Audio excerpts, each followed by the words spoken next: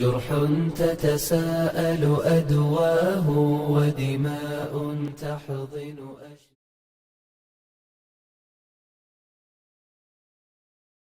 أحسن الله إليكم. هذا يقول: بعض الدعاة وطلبة العلم يقولون عند التحدث عن الشيعة والرافضة إنهم إخواننا، هل يجوز أن نقول ذلك، وما الواجب في ذلك إن لم يصل؟ نبرأ إلى الله منهم ونبرأ إلى الله من هذا القول. ليسوا إخواننا، والله ليسوا إخواننا، بل هم إخوان الشيطان،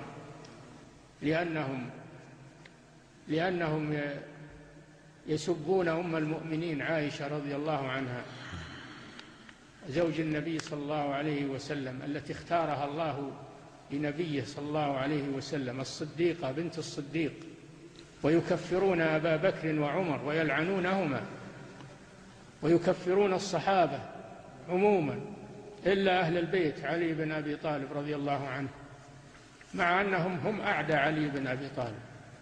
علي يبرأ منهم عليه رضي الله عنه، بريء منهم. علي إمامنا وليس إمامهم، إمام أهل السنة وليس إمام الرافضة الخبثاء، فنحن نبرأ إلى الله منهم وليسوا إخواننا.